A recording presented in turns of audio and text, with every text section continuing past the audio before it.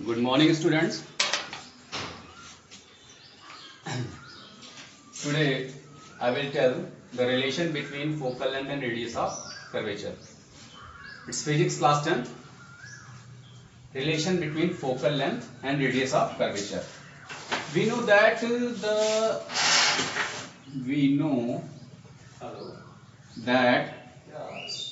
focal length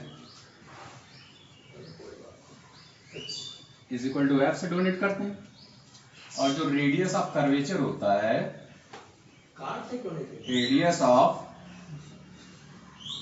curvature capital R से denote करते हैं. ओके, अब देखिए इसका रे डायग्राम पहले बनाएंगे.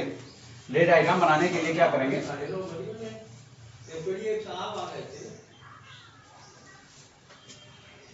रे डायग्राम बनाने के लिए लाइट चाहिए होगी. ये देखिए आपका मिरर है, ठीक है,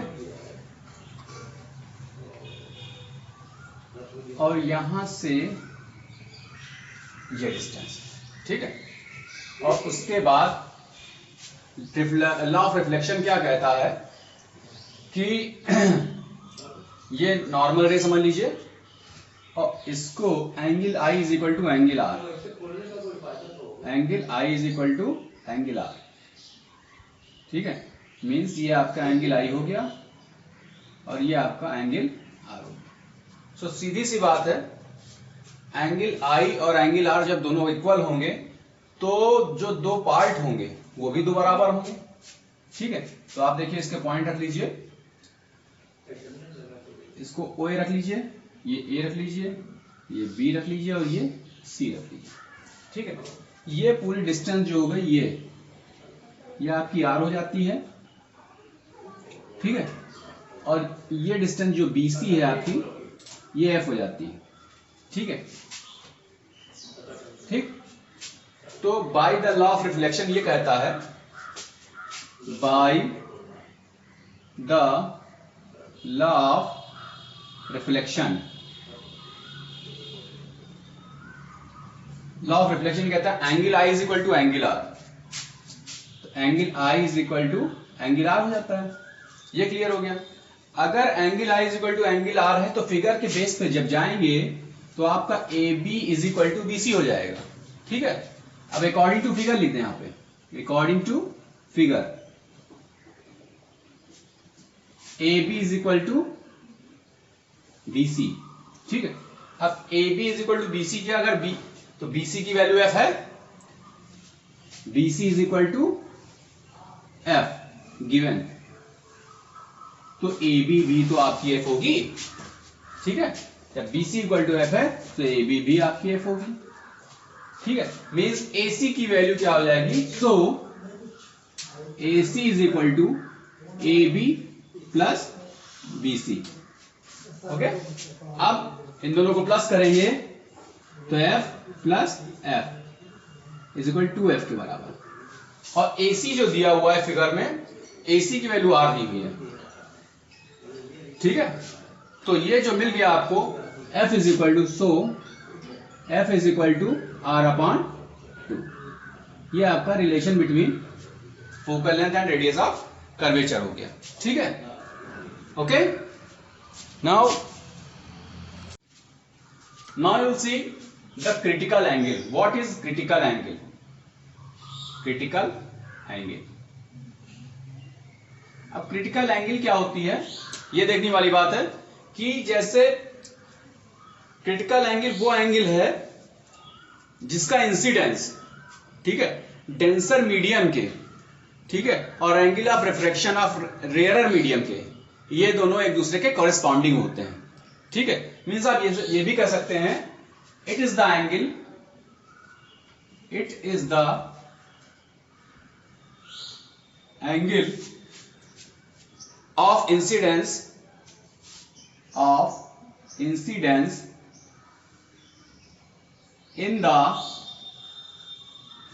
denser medium, in the denser medium is corresponding in the denser medium corresponding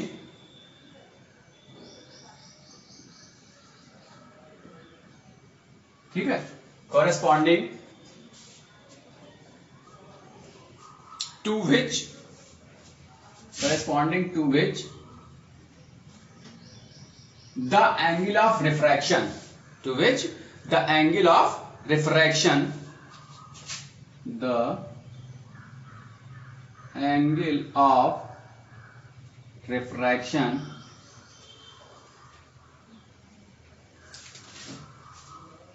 in rarer medium, यहां पे डेंसर मीडियम था, इन रेयरर मीडियम, ठीक है, रेयरर मीडियम, और इन दोनों का जो इक्वल होगा वो इज 90 डिग्री होगा, ठीक है। इसीलिए इनको जो है n is equal to 1/sin c से डोनेट करते हैं। ये आपके क्रिटिकल एंगल हो गए, ठीक है। अब बात ये आती है कि ये कहां से मिला, ठीक है। अब जैसे एंगल c आपकी जो हो गई वो आई इंसिडेंस एंगल हमने बताया ना, इंसिडेंस एंगल, तो एंगल आई जो हो गई आपकी सी के इक्वल हो गई, तो incidence angle, incidence angle is equal to C हो गई, ठीक है। और जो रिफ्रैक्टिव एंगल हो गई वो आपकी 90 डिग्री हो गई, रिफ्रैक्टिव एंगल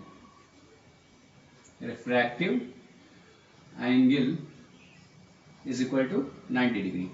तो बाय स्नेल्स लॉ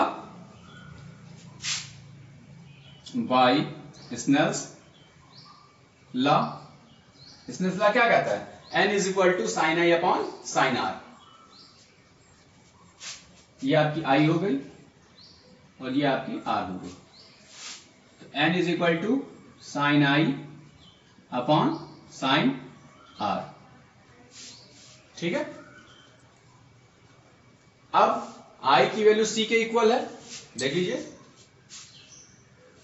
तो n is equal to sine c upon r जो है वो 90 डिग्री है, साइन 90, ठीक।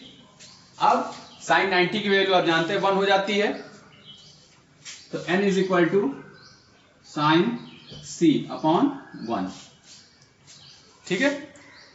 तो ये मतलब ये हुआ, अगर लाइट दूसरे मीडियम से फर्स्ट मीडियम, पहले मीडियम में ट्रांसफर हो रही है, इफ लाइट ट्रेवल, लिख दें, if light travel from second medium to first medium, ठीक है, मतलब 2 से 1 में, तो साइन c अपॉन 1 हो जाएगा। लेकिन अगर पहले से सेकंड में ट्रांसफर हो रही है, if from first to second, if from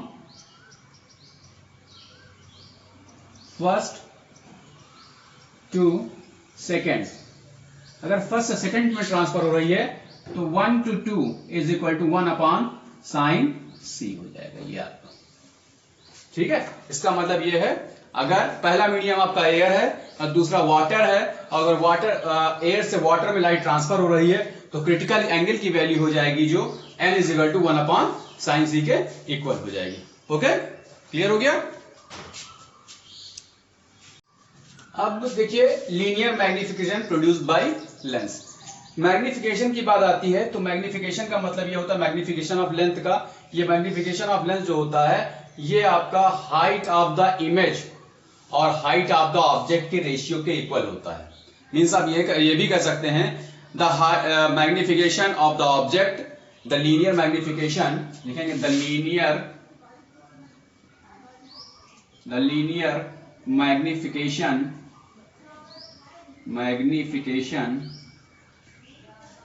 is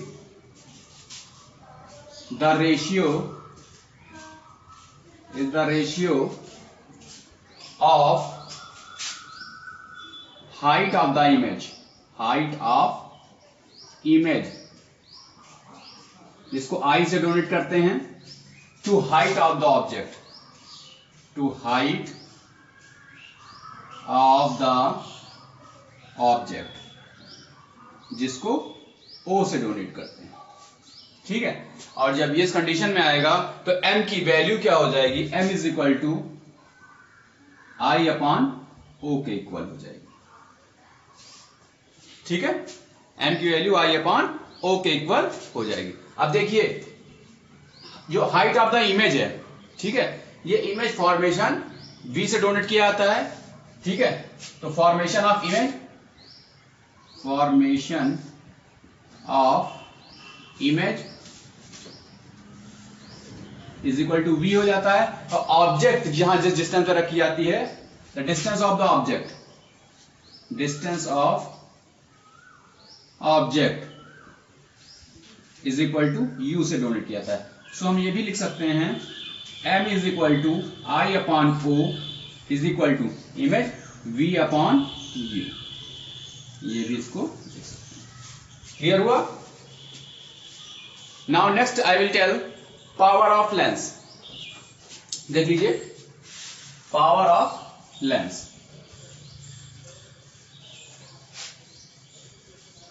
power of lens की यूनिट जो होती है वो डायप्टर होती है। तो ये होती क्या चीज है, देख लीजिए, power of lens. Power of lens का मतलब ये हुआ the reciprocal of the focal length. ठीक है, known as power of lens. लिखते हैं द रेसिप्रोकल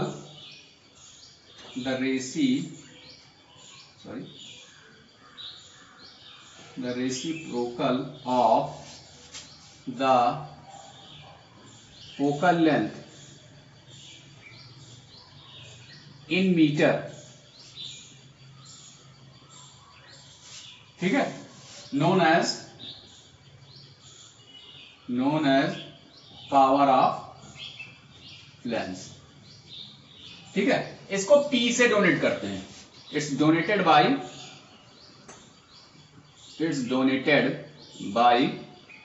T। ठीक है, और इसकी यूनिट जो होती है, it's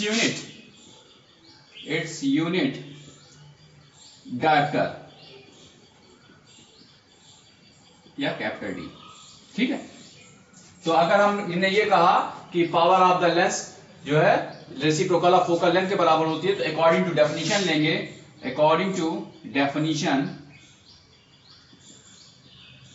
P is equal to 1 upon F के इक्वल हो जाएगा। Okay, power of the lens is equal to reciprocal का मतलब 1 upon F, reciprocal of the focal length P is equal to 1 upon F के equal हो जाएगा। Okay,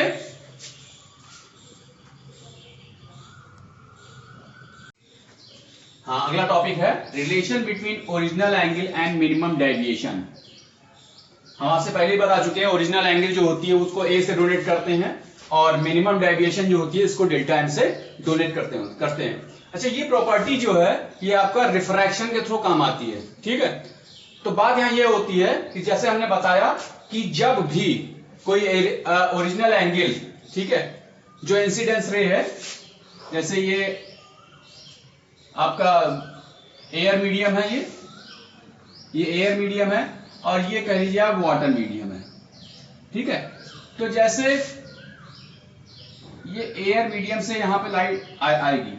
ठीक है, तो एयर मीडियम से आती, तो जैसे यहां पे भी अगर एयर मीडियम होता तो ये भी डायरेक्ट ऐसे चली आती। ठीक है, ये ऐसे चली आती, लेकिन होती बात ये है कि ये जैसे आपकी ओरिजिनल एंगल होती है, ये A हो जाती है। ठीक है, और फिर यहां से थोड़ी सी डेविएट हो जाती है ये। ठीक है, तो हमने बताया अगर ये ओरिजिनल एंगल A है तो ये आपकी मिनिमम डेविएशन जो हो जाएगी, डेविएट होगी, इतनी डेविएट होगी तो ये डेल्टा M के इक्वल हो जाती है। ठीक है, मींस आप ये भी कह सकते हैं कि जो I है इंसिडेंस एंगल हो जाएगी। ठीक है, देखिए ये ऊपर इंसिडेंस एंगल तो कही जाती है, ये आपकी इंसिडेंस है, इंसिडेंस। ठीक है, और ये आपकी क्या है, ये आपकी रिफ्रैक्टिव एंगल है, रिफ्रैक्टिव। ठीक है, तो इंसिडेंस एंगल जो होगी वो A और डेल्टा M डेविएट हुई है ना, तो A और इनका मतलब सम ऑब्जर्वेशन, मतलब एवरेज के बराबर हुई, इनके एवरेज के बराबर। तो एवरेज जानते हैं कैसे निकल आता है, एवरेज इक्वल टू होता है sum observation upon number of observation. तो इंसिडेंस एंगल निकालने के लिए incidence angle equal to incidence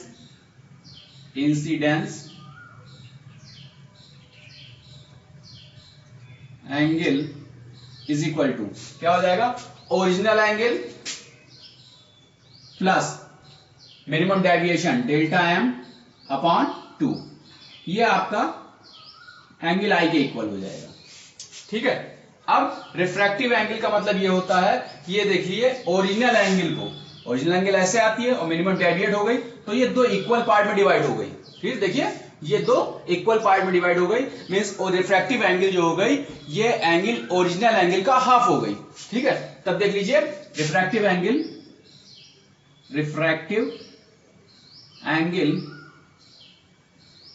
is equal to A upon 2, ये आपकी एंगल आर के इक्वल हो गई। ठीक है, अब स्नेल्स लॉ क्या कहता है, बाय स्नेल्स लॉ के थ्रू लेके जाएंगे, तो बाय स्नेल्स लॉ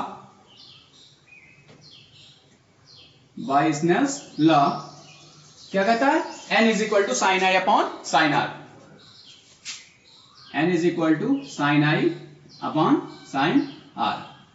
ठीक है, अब देखिएगा i और r की जो वैल्यू आपने निकाली है, i की वैल्यू क्या निकाली है, angle plus delta m upon 2, और r की वैल्यू निकाली है a upon 2।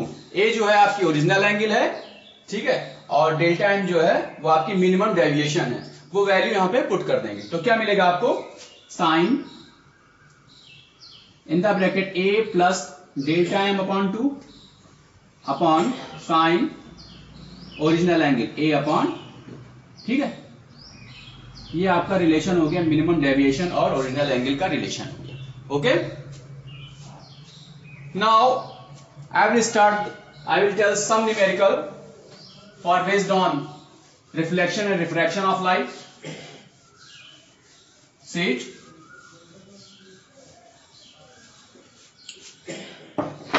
The first numerical is, लिखा हुआ है, find the focal length of concave mirror having 40 cm radius of curvature.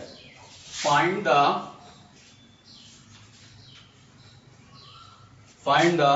focal length,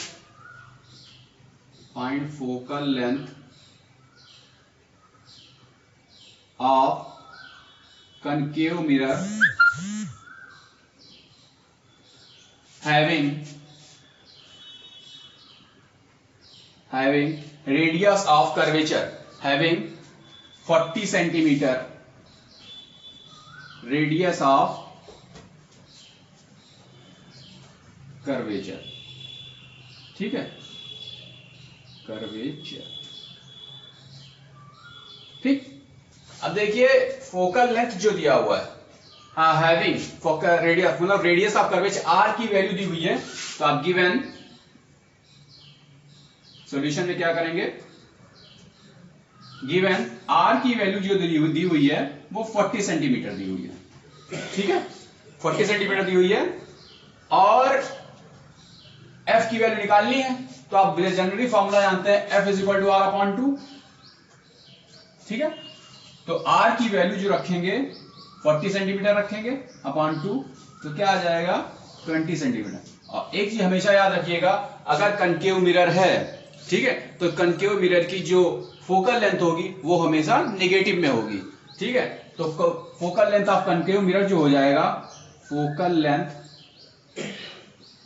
of concave mirror is equal to -20 centimetre.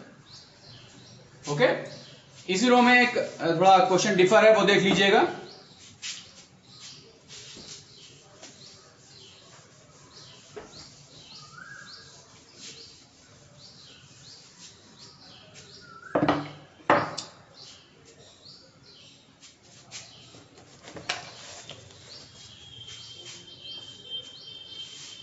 लिखा हुआ कुछ, अगला न्यूमेरिकल देखिए, नेक्स्ट वाला, focal length of convex mirror, focal length of convex mirror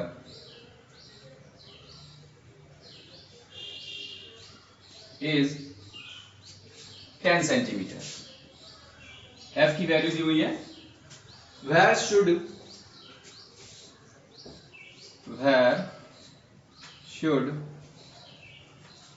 an object be placed, an object be placed मतलब object को कहां रखा जाए, ठीक है। Object placed in front of a convex mirror, in front of a convex mirror, convex mirror, so that the image of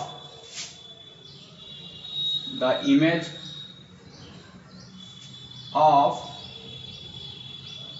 half the size of the object, half the size of the object is formed, ठीक है। अब देखिएगा बात ये पैदा होती है, अब देखिए इसमें सीधी सी बात कही गई है, फोकल लेंथ आपके पास है, ठीक है, और वेयर शुड एन ऑब्जेक्ट कहां पे रखा जाए कि उसकी इमेज, ठीक है, so that the image of half size the object, image जो फॉर्मेशन वो ऑब्जेक्ट के हाफ रह जाए, ठीक है। तो एक काम सीधा सा फंडा करेंगे कि इमेज हाफ रह जाए, तो अब ऑब्जेक्ट की जो हाइट है, let the height of object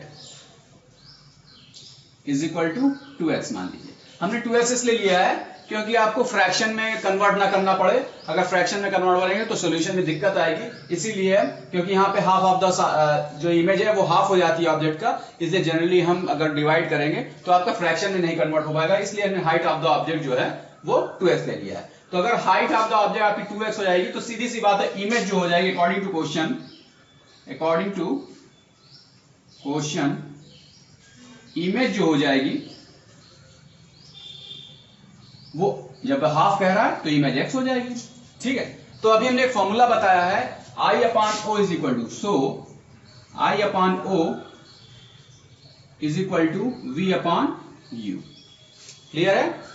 अब I जो है x और ऑब्जेक्ट 2x लिया हुआ है, तो x upon 2x is equal to V upon U, ठीक है। अब देखिए ये और ये कैंसिल हो गया, ठीक है, तो u की वैल्यू जो हो गई u is equal to 2v के इक्वल हो गई, ठीक है, u की वैल्यू जो हो गई वो 2v के इक्वल हो गई। अब इसको सॉल्व क्या करेंगे, अब मिरर की बात हो, focal length of the mirror लगाएंगे, formula focal length of mirror 1 upon f is equal to 1 upon v plus 1 upon u, ठीक है।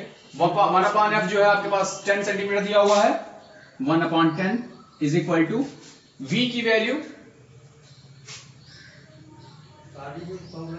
1 अपॉन v ऐसे ही एज इट इज रख देंगे, ठीक है, प्लस 1 अपॉन u की वैल्यू क्या हो जाएगी 2v के इक्वल, ठीक है। अब ये 2v आ गई, अब देख लीजिए ये कि क्या होने वाला है,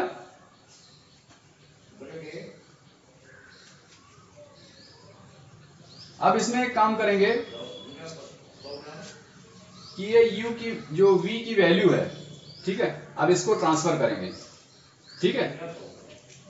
अब देख लीजिए 1 अपॉन 10 इज इक्वल टू, इसका एलसीएम 2v हो जाएगा, ठीक है, और ये ऊपर आ जाएगा आपका